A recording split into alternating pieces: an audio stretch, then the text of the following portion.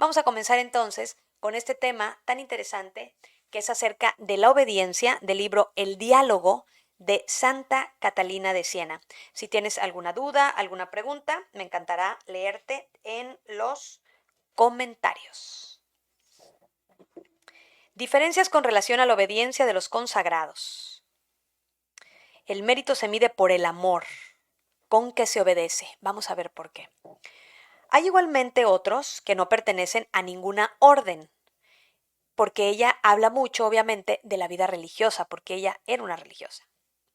Sin embargo, están en la nave de la perfección.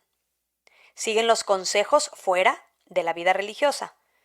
Han repudiado los bienes y grandezas del mundo, en espíritu y de hecho, y observan continencia. Unos permanecen vírgenes y los que no lo son guardan continencia. Observan obediencia sometiéndose a un director espiritual, a la que se esfuerzan en obedecer con perfecta obediencia hasta la muerte. También nosotros eso es lo que buscamos en esta obediencia y vamos a ver por qué. Si me preguntases, ¿cuál de ellos tiene mayor mérito? ¿Los que están en la vida religiosa o los que no están en la vida religiosa? Yo respondo, el mérito de la obediencia no se mide por el acto exterior, por el lugar o por la persona a quien se obedece, buena o mala, secular o religiosa, sino por el amor con que se obedece. Esta es la medida de su mérito. ¿De qué manera tú y yo obedecemos al Señor? ¿A regañadientes? ¿Enojados? Los que somos casados, nos sometemos a nuestro esposo, que es el reflejo, que es el que ha puesto el Señor, así como un San José en nuestra casa. Y si todavía no tenemos un San José, hay que orar mucho por tener un San José, porque tal vez tampoco hay Marías en nuestra casa, así que hay que orar muchísimo primero por nuestra conversión y por la conversión de nuestro esposo. O si tú vives sola, si eres soltera, de qué manera vamos obedeciendo como, como bautizados, eso lo vamos a ver. El verdadero obediente no daña la imperfección del superior malo. Antes bien, algunas veces le ayuda, es decir, posiblemente nuestro superior, en este caso las casadas, nuestro esposo, las religiosas, a las madres superioras, los sacerdotes, a los obispos, ¿sí? Dice, entonces, el verdadero obediente no daña la imperfección del superior mal, o sea que a lo mejor, bueno, no es tan bueno. Antes bien, algunas veces le ayuda, porque con la dureza y las cargas pesadas puestas indiscretamente por la obediencia, adquiere y crece esa virtud y su hermana la paciencia. Es decir, debemos de saber que no siempre a lo mejor nuestro esposo o nuestros superiores tomarán las mejores decisiones, pero ¿qué pasa? Dentro de nosotros vamos ejerciendo, vamos echándole agua, vamos regando la virtud de la paciencia. Y recuerden que para saber si somos obedientes se necesita la paciencia. Tampoco le perjudica el estado imperfecto, y le llamo imperfecto porque el estado religioso es más perfecto, más firme y más estable que ningún otro. Sabemos nosotros también que en la vida matrimonial, casados, hombre y mujer, bajo la bendición de Dios dentro de la Iglesia Católica, se requiere mucha humildad también para obedecer y para someternos a nuestro esposo y dar la vida también por nuestro hogar. En verdad que en muchos aspectos es de mayor mérito la obediencia en estado religioso, ya que el voto se hace en manos de su superior. Yo también, ya porque también estoy obligado a sufrir más y por esto la obediencia se ve más probada en el estado religioso que fuera de él, ya que todos los actos que realice están atados a este yugo y no puede soltarse cuando quiera sin culpa de pecado mortal, por estar aprobada la orden por la Santa Iglesia Católica y haber emitido un voto. Es que recuerden una cosa, que los franciscanos, los dominicos, uy, los salesianos, todos ellos hacen votos, hacen 3 votos. Hacen voto de castidad, hacen voto de pobreza y de obediencia. Entonces, ellos obedecen a su superior. las órdenes religiosas. Ella estaba en una orden religiosa, Santa Catalina. Los sacerdotes diocesanos, ellos están dentro de una diócesis, obedecen al obispo, obviamente también al papa, pero tienen como un poco de, como de mayor autonomía y no hacen estos votos como los religiosos. Pero obviamente tienen que dar testimonio y ejemplo a sus feligreses. Por los que no son religiosos no es así. Se han ligado voluntariamente por amor a la obediencia, pero no con voto solemne. De modo que sin culpa de pecado mortal podrían dejar de obedecer a la persona a la que se sometieron, teniendo motivos legítimos y no haciéndolo por la culpa propia. Nosotros de casados, sí, obviamente está en peligro nuestra vida o hay una violencia tanto física como psicológica, la iglesia no obliga, perdón, la iglesia no obliga ciertamente a permanecer en esos matrimonios donde absolutamente no vivimos como dignos hijos de Dios, pero hay maneras de dialogar, de platicar, y si realmente nosotros hiciéramos lo que el Señor nos invita por medio de la obediencia, pues otra cosa fuera nuestra vida. Vamos a ver a qué nos tenemos que someter como bautizados según la Iglesia Católica. Yo te invito a que si tienes cerca de ahí tu catecismo, vayas por él y lo podemos revisar. No quise poner nada aquí escrito porque me voy a ir directamente al texto original y yo aquí tengo mi catecismo. Vamos a ver qué es lo que dice nuestra iglesia. Hecho miembro de la iglesia, el bautizado ya no se pertenece a sí mismo. ¿Qué tal, mis queridos hermanos? Ya no somos de nosotros mismos, sino al que murió y resucitó por nosotros. Por eso es importantísimo que bauticemos a nuestros hijos desde pequeñitos, porque ya no se pertenecen a sí mismos, sino que le pertenecemos al que murió y resucitó por nosotros. Por tanto, está llamado a someterse a los demás, a servirles en la comunión de la iglesia y a ser obediente y dócil a los pastores de la iglesia y a considerarlos con respeto y afecto. Del mismo modo que el bautismo es la fuente de responsabilidades y deberes.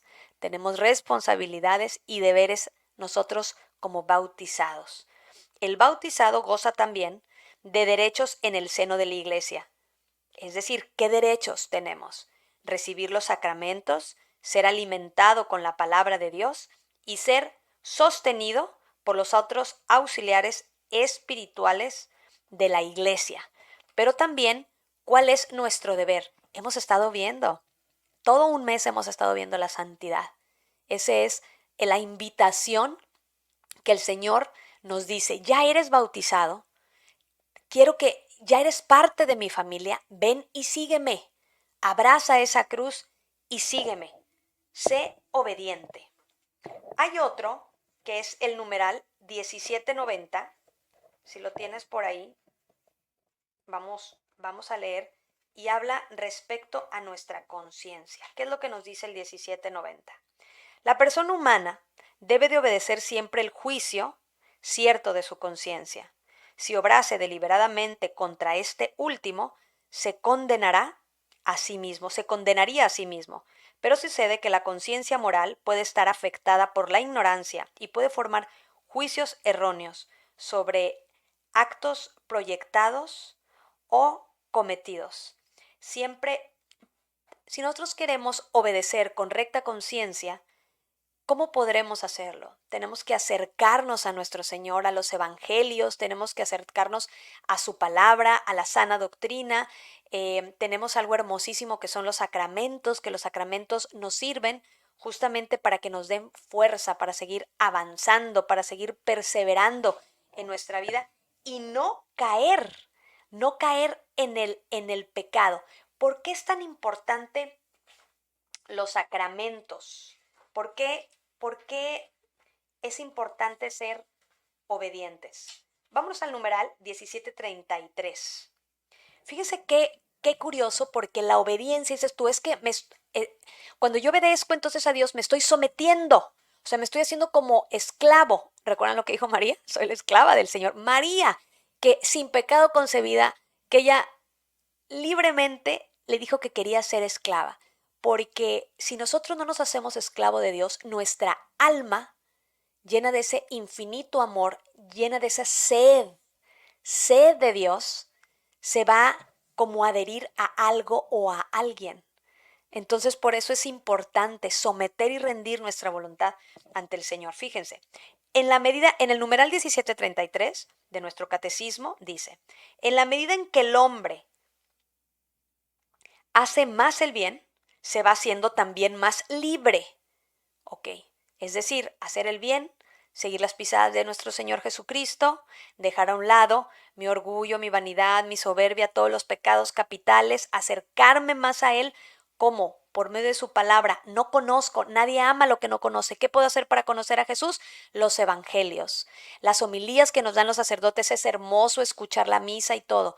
Más hermoso es, después de haber escuchado, ¿dónde vino eso? ¿Qué es lo que vi al Evangelio de hoy? A ver, me voy a ir, voy a leer.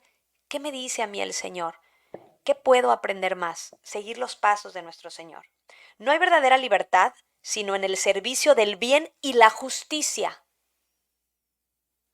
No hay verdadera libertad sino el servicio del bien y de la justicia. La elección de la desobediencia y del mal es un abuso de la libertad que el Señor tan amablemente, tan gozosamente y tan amorosamente nos regaló, y conduce a la esclavitud del pecado. Si no vamos por el camino del bien, si no nos sometemos a ese sumo bien, que cuando sometemos nuestra voluntad, nos hincamos ante Él y lo único que Él quiere es liberarnos, cuando reconocemos que nosotros no somos y que Él es, de esa manera es como Él va a poder liberarnos y para poder caminar por ese camino del bien y de la justicia, porque Él es sumo bien, Él es justicia. A mí me llama muchísimo la atención cómo el Señor no solamente vino Jesucristo a decir así como, es más, esto lo escuchamos el día de ayer en el Evangelio, cuando la gente quedaba sorprendida después de que predicaba Jesús, porque decía, no es como los escribas, porque Él dice las cosas y predica con autoridad. ¿Pero por qué? ¿Qué es lo que le da autoridad al Señor? Vamos a nuestro catecismo en el numeral 411. ¿Qué le da autoridad? Fíjense. La tradición cristiana ve en este mensaje un anuncio del nuevo Adán. Bueno, les voy a leer el 410 para poder entender el contexto. Tras la caída, el hombre no fue abandonado por Dios. Al contrario, Dios lo llama y le anuncia de modo misterioso la victoria sobre el mal y el levantamiento de su caída. Este pasaje del Génesis ha sido llamado protoevangelio, por ser el primer anuncio del Mesías Redentor. Anuncio de un combate entre la serpiente y la mujer, y la victoria final de un descendiente de esta.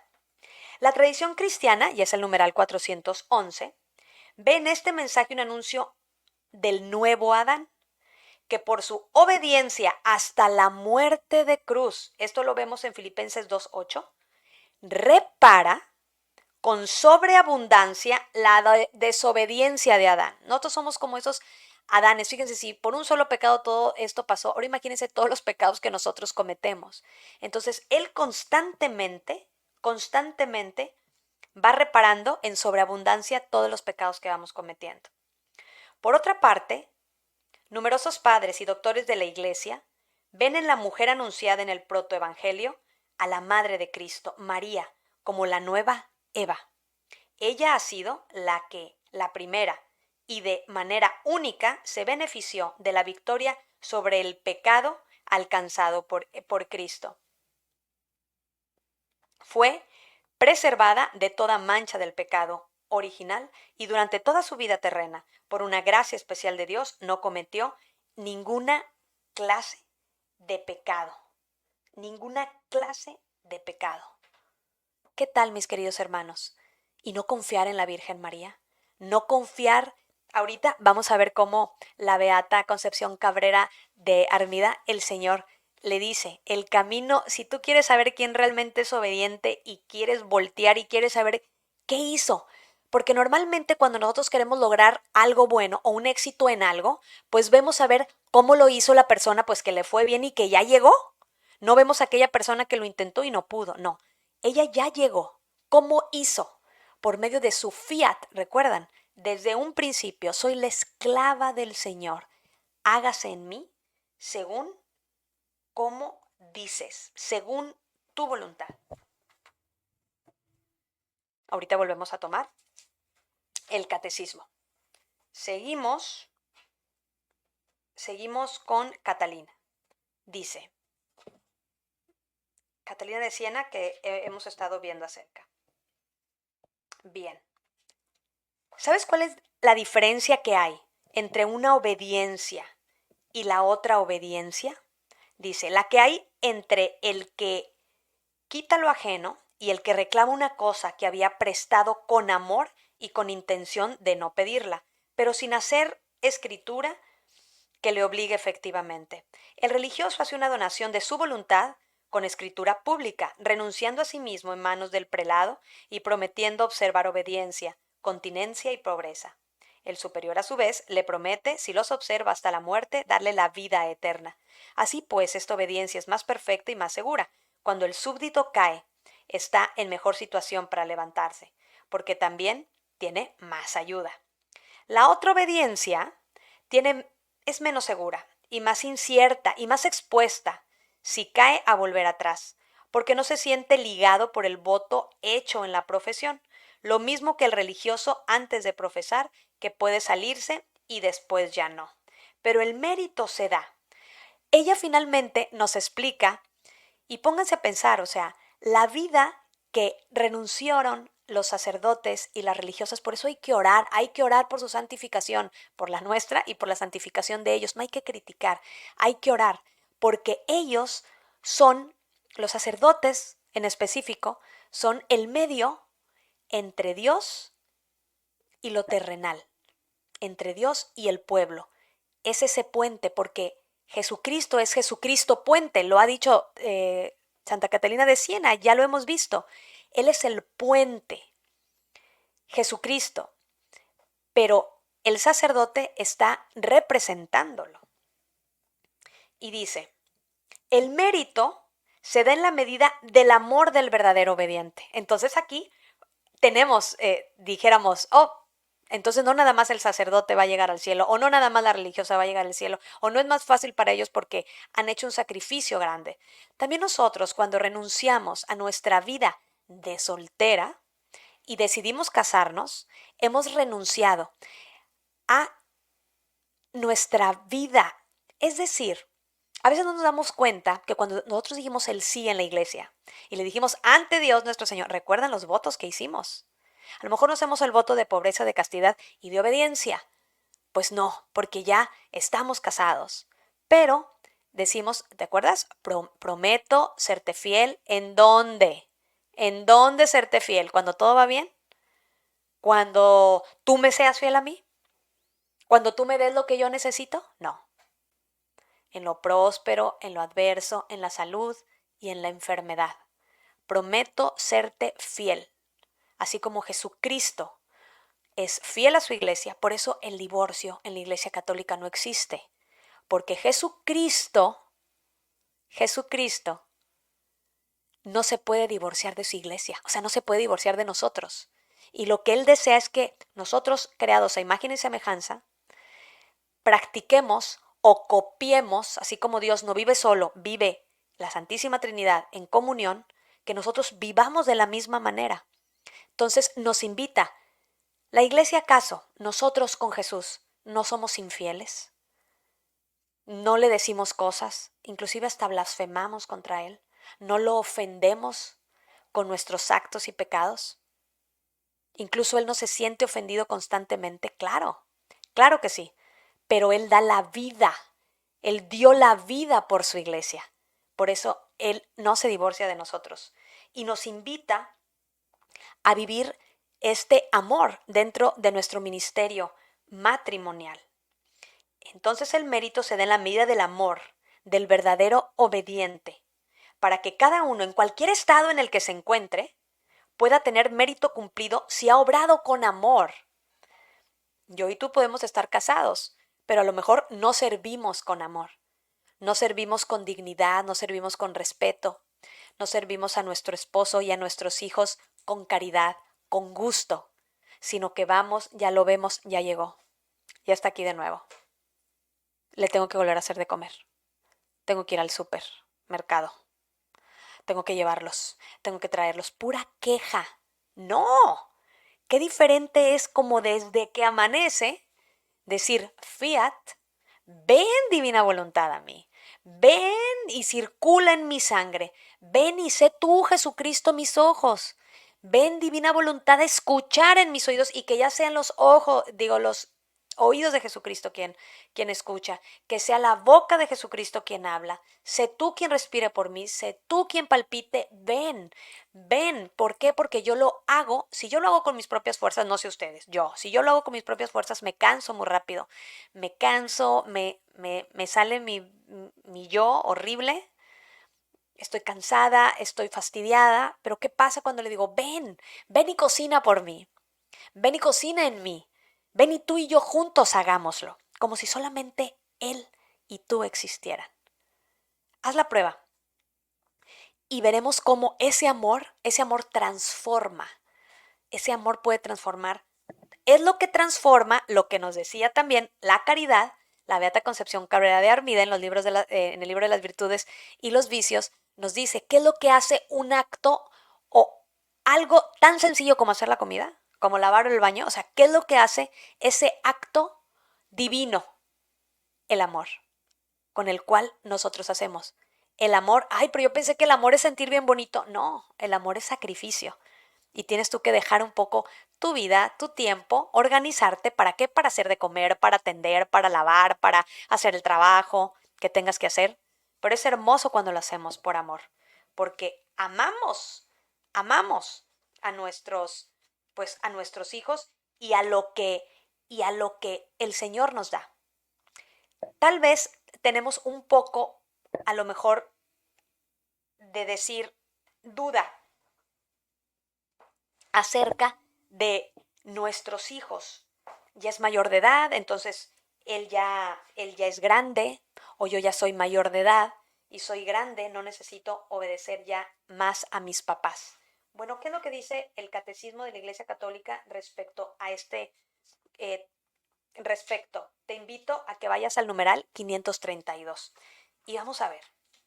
Con la sumisión a su madre y a su padre legal, Jesús cumple con perfección el cuarto mandamiento. Recuerden, honrarás a tu padre y a tu madre. O sea, Jesús hizo todos los mandamientos también.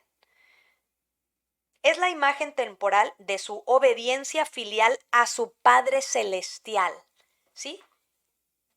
Obedece a sus padres porque él estaba obedeciendo a Dios. La sumisión cotidiana de Jesús a José y a María anunciaba y anticipaba la sumisión del Jueves Santo. ¿Por qué? Porque él dijo, no se haga mi voluntad, ¿recuerdan? Sino la tuya. Lucas 22:42. La obediencia de Cristo en lo cotidiano de la vida oculta inauguraba ya la obra de restauración de lo que la desobediencia de Adán había destruido. O sea que la obediencia de Cristo. Fíjense qué interesante, que a lo mejor podemos pensar, bueno, pues sí, porque Jesucristo era Dios, pero fíjense, en el numeral 475 dice, acerca de la voluntad humana de Cristo. De manera paralela, la Iglesia confesó en el Sexto Concilio Ecuménico que Cristo posee dos voluntades y dos operaciones naturales, divinas y humanas. Quiere decir que Jesús era verdaderamente Dios y era verdaderamente hombre. O sea, Jesús sentía. No vayan a creer que los latigazos que le metieron y la flagelación y la coronación de espinas que vemos por acá y la crucifixión no, o sea, no fueron así, no, pues es que era Dios, entonces no sintió, no, era verdaderamente Dios y verdaderamente hombre, nada más que él amaba en plenitud, en perfección. Posee dos voluntades y dos operaciones naturales, divinas y humanas, no opuestas, sino cooperantes, de forma que el Verbo, hecho carne en su obediencia al Padre, ha querido humanamente todo lo que ha decidido divinamente con el Padre y el Espíritu Santo para nuestra salvación. O sea, la voluntad de Dios hecha al 100% en Jesucristo. La voluntad humana de Cristo sigue a su voluntad divina sin hacerle resistencia ni oposición, sino todo lo contrario, estando subordinada a esta voluntad omnipotente. Esto se sacó del tercer concilio de Constantinopla. Y fíjense cómo Jesucristo, como ya vimos, fue obediente hasta la muerte y la muerte de cruz para reparar todo lo que Adán hizo y aparte todo lo que nosotros también después íbamos a hacer. ¿Cuán grato es esta virtud de la obediencia? Regresamos al libro El diálogo de Santa Catalina. A todos os he puesto en la viña de la obediencia a trabajar de diversas maneras, dice el Señor. A cada uno se le dará el premio según la medida del amor y no según las obras que se haga o los años en que se viva. Esto es bien interesante porque entonces no sería un Dios justo. ¿Por qué? Entonces imagínense una persona que vive en la sierra, que vive en la jungla, no sé, que vive en la selva, una persona muy sencilla que a lo mejor no puede hacer grandes cosas, grandes méritos, es una persona muy sencilla, entonces yo por eso tengo más estudios y conozco más, voy a hacer más, no, puedo conocer más pero me vuelvo una soberbia, puedo conocer más pero no pongo nada de amor en lo que hago. Entonces todos seremos juzgados en el amor, de la misma manera. Y no importa, a lo mejor de esos niños pequeños que mueren, si fueron niños egoístas, envidiosos, feos, pero porque a lo mejor nosotros como papás no les enseñamos, también ellos serán juzgados en el amor. Por eso si damos amor a todos los que nos rodean y desde pequeños nuestros hijos, los niños que son fuente de hermosa ternura e inocencia, darán ellos también amor. No recibirá más el que viene temprano que el que llega tarde, como se dice en el Santo Evangelio, poniendo mi hijo el ejemplo de los que estaban ociosos y fueron puestos por el Señor a trabajar en su viña. Dice que dio lo mismo a los que habían ido al rayar el alba que a los que habían ido en las diferentes horas del día, dando a entender que seréis recompensados no según el tiempo ni la hora, sino según la medida del amor. Otra vez más, la caridad. Seremos juzgados en el amor. Muchos se han puesto a trabajar en esta viña desde su juventud. Otros entran en ella más tarde y otros hasta su vejez. Este último trabajará a veces con tanto fuego de amor, viendo la brevedad del tiempo. Claro, nosotros vamos creciendo y como decía San Agustín, tarde te amé, hermosura tan antigua, que alcanzará a los que empezaron desde la infancia y han caminado con paso lento. Ojalá que no nos pase eso. Ojalá que todavía no sabemos cuánto vamos a vivir definitivamente, pero si no hemos llegado a la tercera edad, no vayamos con paso lento. Pensemos que no hay tiempo, que lo único que tenemos es el hoy. Es el hoy para agradecer, para bendecir y para fundirnos en la voluntad de Él, para someter nuestra voluntad a su santa y eterna voluntad. Muchos hay tan obedientes, dice el Señor, que no solo se entristecen, que no se entretienen en buscar razones del por qué se les ha mandado. De esa gente que me encantaría, cómo fui rejega también yo y desobediente y rebelde. Y ya ahora digo, no, Señor, ya, lo que tú digas y como tú digas. Aquellas personas en que buscan razones de los por qué se les ha mandado, ellos ya no buscan eso, sino que con la luz de la fe interpretan la intención de su superior apenas sus palabras han salido de su boca. No entiendo muy bien lo que mi marido me dice, pero bueno, lo voy a platicar porque fíjense qué curioso es. A mí me ha pasado con mi esposo, les platico y les comento. En cuanto a veces él dice algo que yo no estoy de acuerdo, pero que digo, bueno, si así tú dices, ok, lo haremos, pero fíjate que yo pienso esto, lo otro. Después él, antes de tomar esa decisión, me pregunta a mí, ¿cómo ves? Antes decía, así tiene que ser y yo sí. Y luego ya me dice, ¿cómo ves?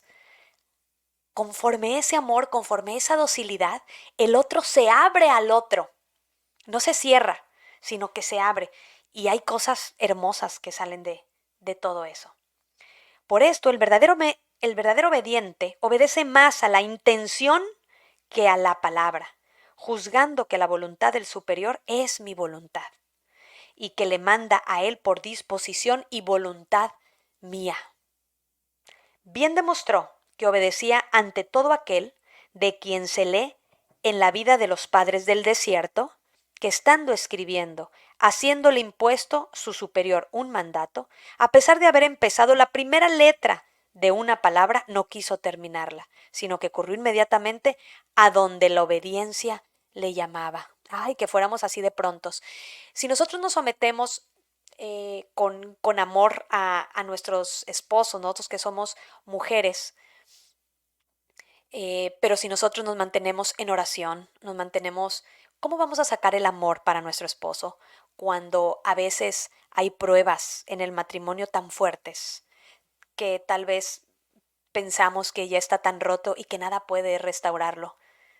Sí hay alguien que lo puede restaurar y es Jesucristo. He escuchado tantos testimonios de eso y lo he vivido también en carne propia, no todas las pruebas, ciertamente me faltan muchos años de matrimonio, apenas llevo 22, no me puedo comparar con una persona que lleva 50 años, cuántos más, pero he ido aprendiendo poco a poco que cuando yo me dejo hacer por el Señor, ya no voy a reaccionar por mis instintos, por mis pasiones, por mi ego que me dice, fuiste humillada, Marcela. Mira cómo te contestó. Mira nada más. Recuerdo hace poco, se los voy a compartir. Recuerdo hace poco que íbamos en carretera, íbamos platicando y ya saben, ¿no? De esas pláticas que están todo muy bien y en un momento dices, ¿en qué momento ya esto ya se tornó en pelea? Y recuerdo que estaba hablando con mis hijos y intervengo, pero interrumpo. Y esas son unas cosas que me he dado cuenta, que interrumpo, no tengo que interrumpir. Interrumpí, me contesta mi marido así como que no te metas así. Entonces yo me enojé, pero en vez de discutir me quedé callada y como que me empezó a dar coraje, pero ese coraje, ¿saben qué me veía haciendo yo?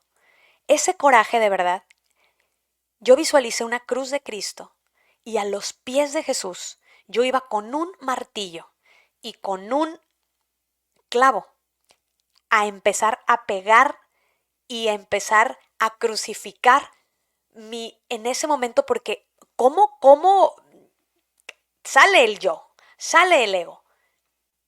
Empecé a clavar mi desesperación, mi coraje, así como mis palabras que querían salir, me vi empezándome a crucificar. Poco a poco bajó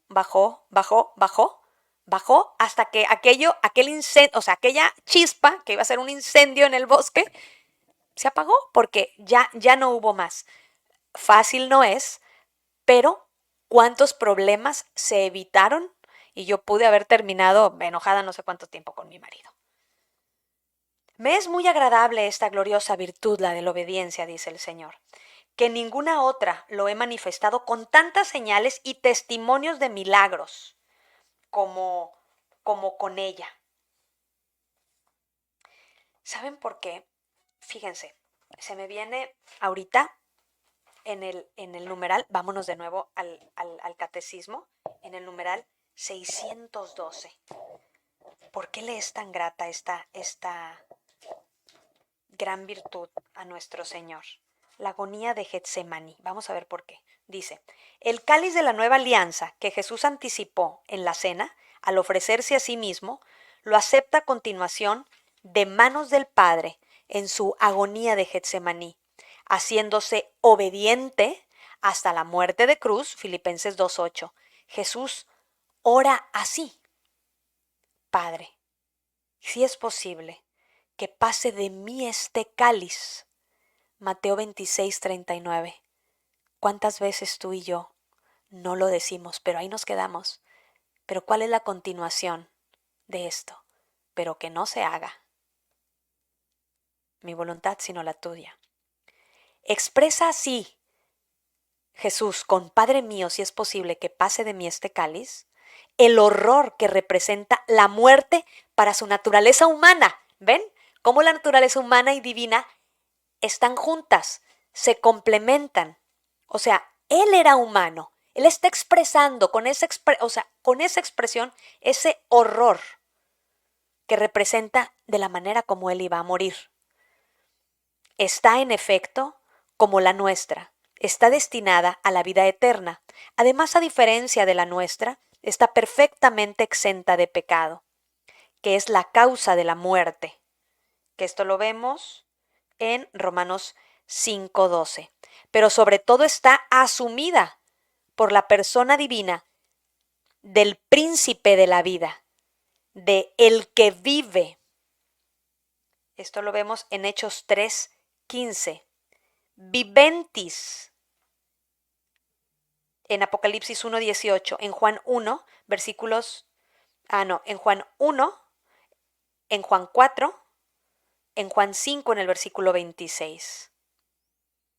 Al aceptar en su voluntad humana que se haga la voluntad del Padre, Mateo 26:42, acepta su muerte como redentora para llevar nuestras faltas en su cuerpo sobre el madero.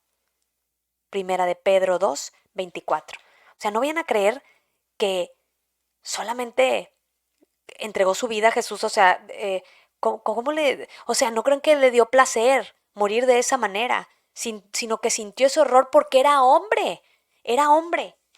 Morir así, tan joven, de esa manera, aparte él superior, siendo Dios, poniéndose a la merced de una criatura inferior, cuando él así podía decidir otra cosa, pero al ponernos este ejemplo tan grande de obediencia, híjole, si no despertamos ante eso, yo no sé qué nos hace despertar.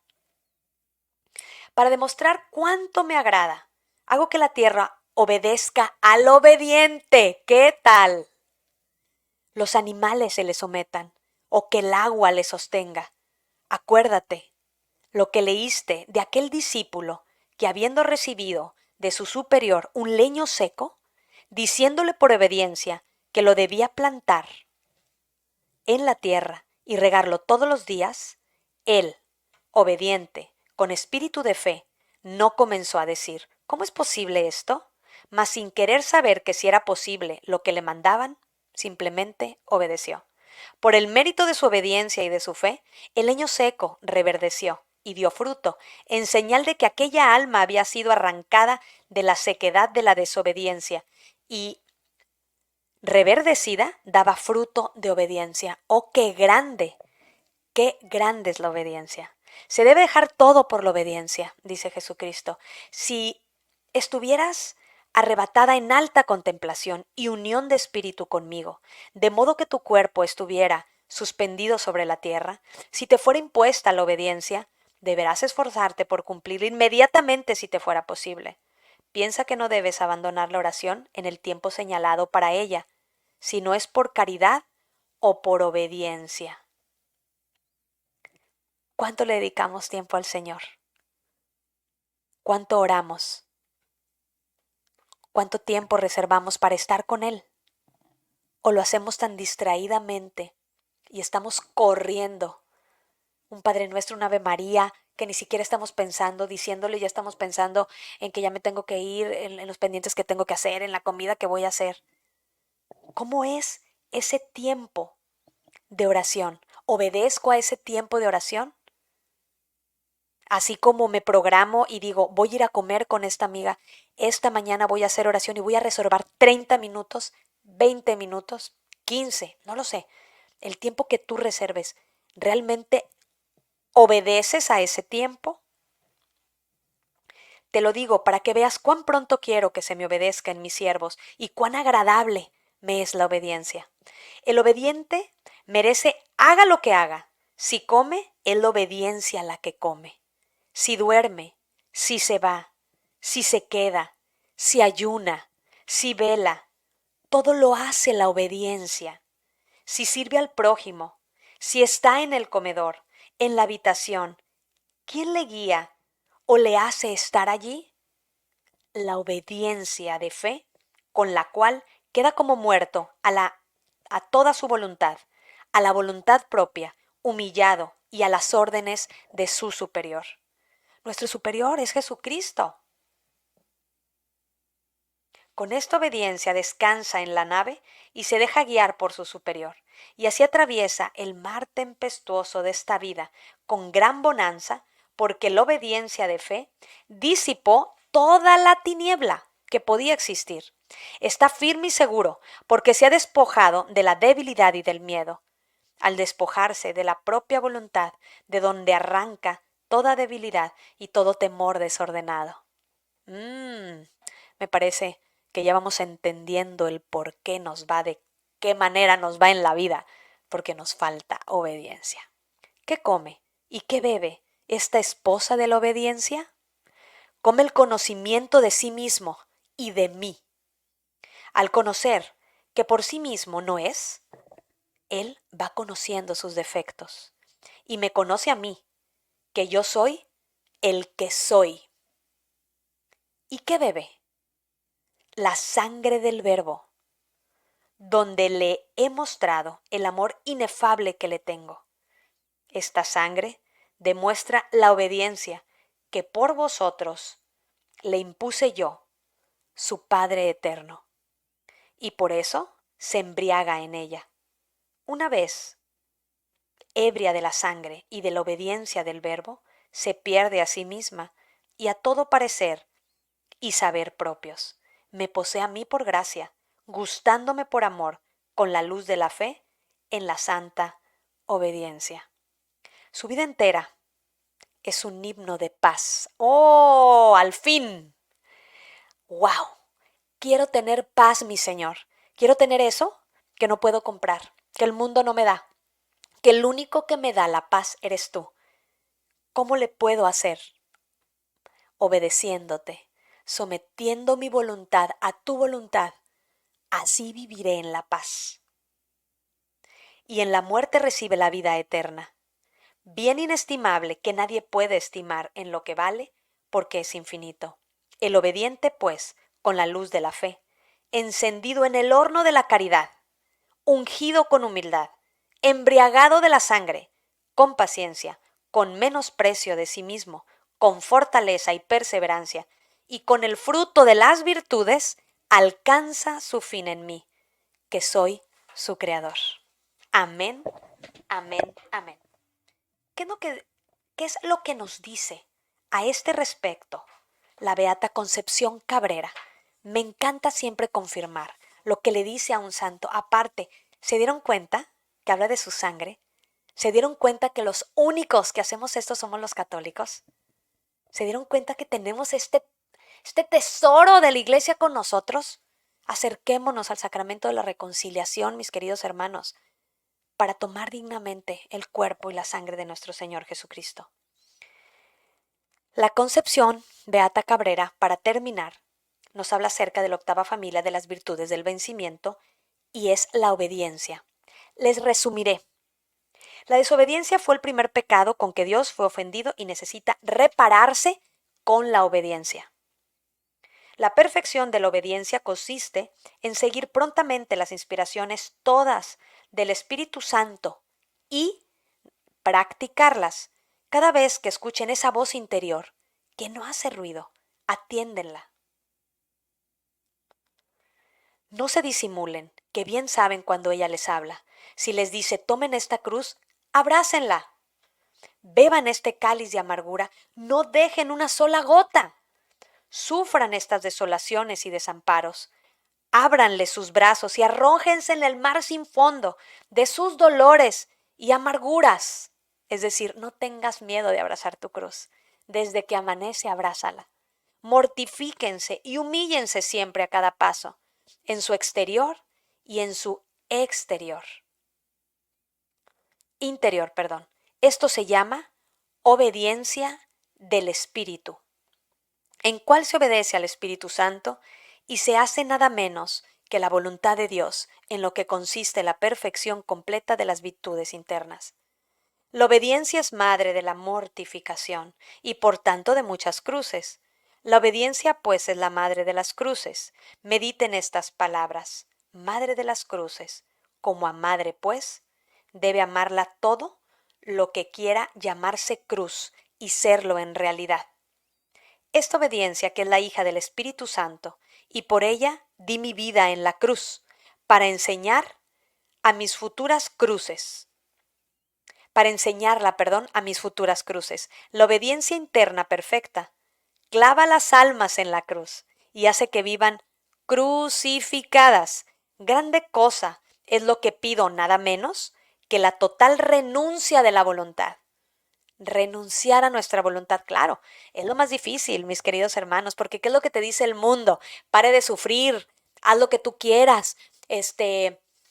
Entendemos mal nuestra autoestima, desgraciadamente. Tú primero, después tú y al último tú, que tu marido, que tus hijos. ¿Para qué, hombre? Si tu marido mira nada más cómo se porta y mira también tus hijos cómo te pagan, mira tus papás, tus hermanos. No, mi Señor, nos dice otra cosa tan diferente. Grandes cosas es lo que pido, nada menos con total renuncia de su voluntad.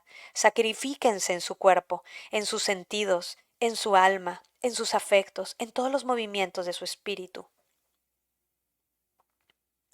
Vivan mi vida común a los ojos del mundo, pero muy sobrenatural y divina obediencia al amor, al menor movimiento de la gracia, de las inspiraciones del Espíritu Santo. La criatura más santa y perfecta que ha existido es María. Aquí la volvemos a ver. Fíjense, me encanta el catecismo y cómo nos lo volvemos a encontrar aquí. Porque correspondió desde el primer instante de su ser a las inspiraciones todas del Espíritu Santo. Imítenla, pidiendo su protección soberana para marcar por sus mismas huellas. María es la mejor maestra de la vida espiritual. ¡Ay, qué hermoso, mi Señor! Aquí tenemos a María también. Hermoso. ¿Por qué le tenemos tanto miedo a María? ¿Ya le dejaste entrar a tu casa? ¿Ya le dijiste, ven, quiero ser ese discípulo amado como Juan, así como él te llevó a su casa, yo quiero que tú entres en la mía? Ven, María. No tengámosle miedo a María. Yo muchos años recuerdo, estaba muy lejos de ella y decía, pero ¿cómo? Si yo nada más le hablo a Jesús, así como muy protestante, yo nada más, él y yo. Pero María, ¿qué dice? María, sigan, abracen sus cruces, como yo abracé la mía. Y María fue sin pecado concebida. Y María no era una diosa, era humana, pero vivía renunciando a cada momento a su voluntad, a su voluntad. ¿Ustedes creen que ese fiat que dio cuando se le aparece el ángel solamente fue una vez? Ella lo tuvo que hacer constantemente, constantemente, como nosotros también lo hacemos constantemente. La virtud de la obediencia pronta y amorosa. Así tiene que ser. Apenas conocí la voluntad divina, me arrojé con todo mi corazón a cumplirla, dice Jesús, comenzando en aquel mismo instante mi sacrificio amoroso a favor de los pobres. Ahora, para acabar, les digo, les voy a dar una regla que los conducirá fácilmente a la perfección.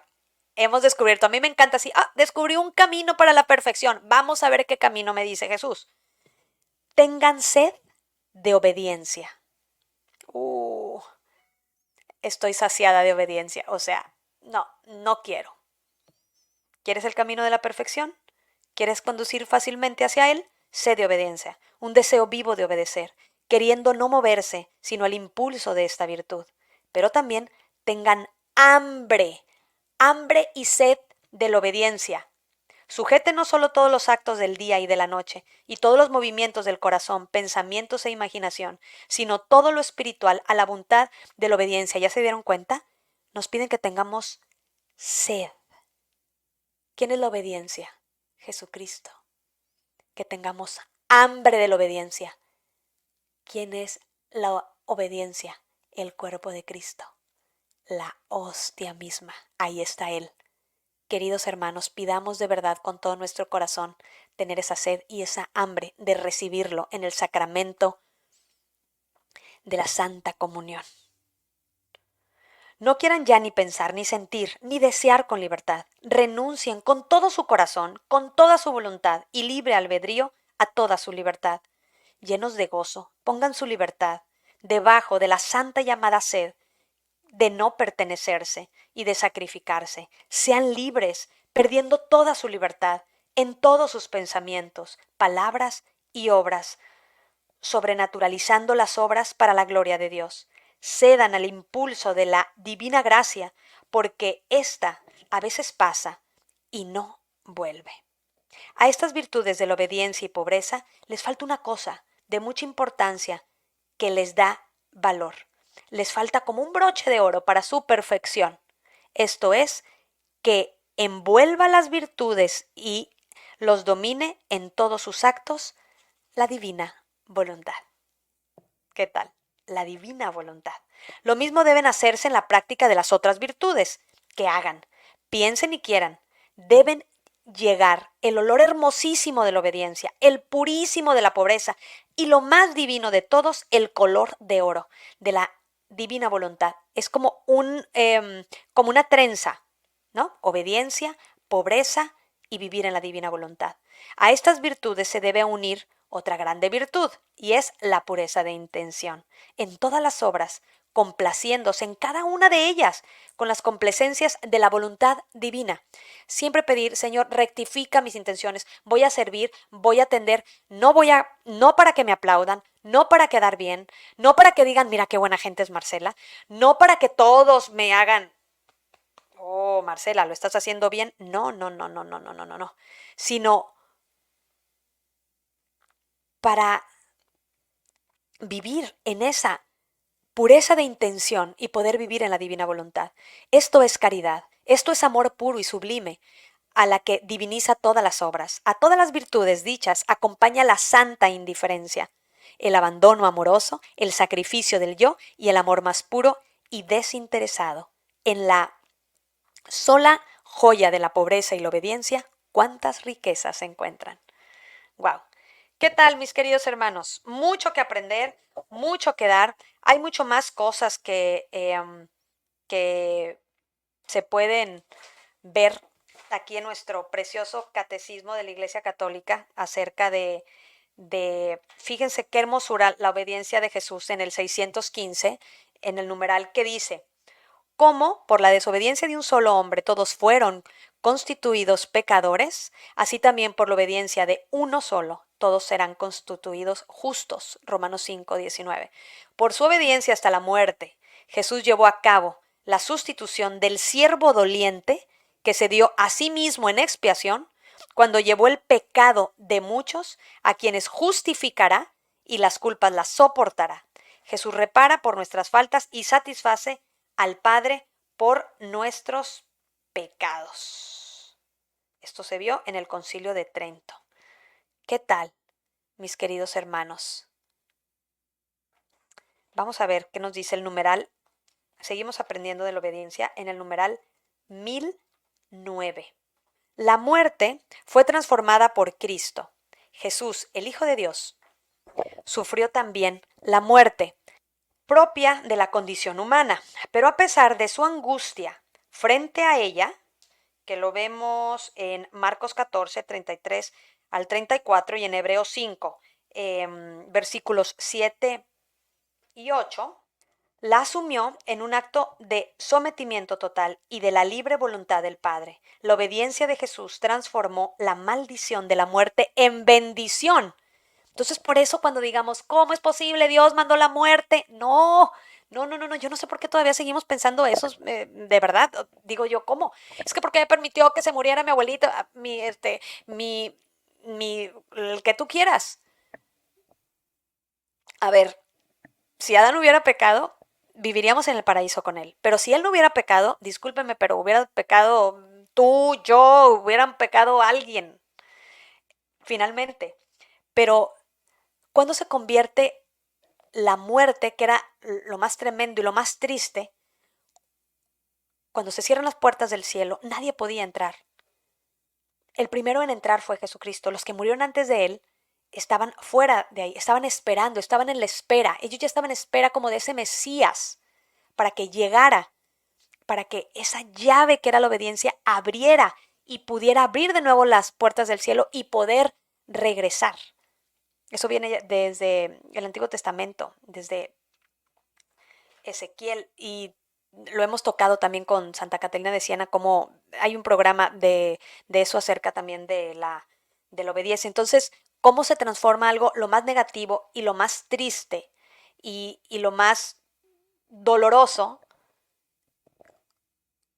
que fue la muerte, gracias al sacrificio de Jesucristo, tiene un valor total de redención? 2240, vámonos al 2240. Fíjense, la sumisión a la autoridad y la corresponsabilidad en el bien común exige moralmente, bueno, dice, pago de impuestos, el ejercicio del derecho al voto en defensa del país, dada a cada cual lo que se le debe. A quien impuestos, impuestos. A quien tributo, tributo. A quien respeto, respeto. A quien honor, honor. Eso viene en Romanos 13:7. Los cristianos residen en su propia patria, pero como somos extranjeros domiciliarios. Fíjense, ¿qué es esto? Cumplen todos sus deberes de ciudadanos y soportan todas sus cargas como extranjeros. Obedecen a las leyes establecidas y su manera de vivir está por encima de las leyes. Tan noble es el puesto que Dios les ha asignado que no le está permitido desertar. Hay que vivir de verdad la vida, hay que estar contentos y felices con nuestra vida. Y si no estamos, podemos, hay tantas cosas espiritualmente que podemos hacer, humillarnos, orar, sacrificarnos para que el Señor vea nuestra humillación y haga milagros en nosotros. Dice, el apóstol nos exhorta a ofrecer oraciones y acción de gracias por los reyes y por todos los que ejercen la autoridad, para que podamos vivir una vida tranquila y apacible, con toda piedad y dignidad. 1 Timoteo 2:2. Es importante orar por nuestros gobernantes, no nada más también criticarlos, así como los sacerdotes, no, o sea, hay que orar por su santificación, hay que orar para que nos gobiernen bien, y el único que puede mover los corazones de ellos, pues es nuestro Señor Jesucristo. Bien, mis queridos hermanos, pues muchísimas gracias, gracias por acompañarnos. Espero que les haya hecho de muchísimo bien, como a mí, este tema tan interesante.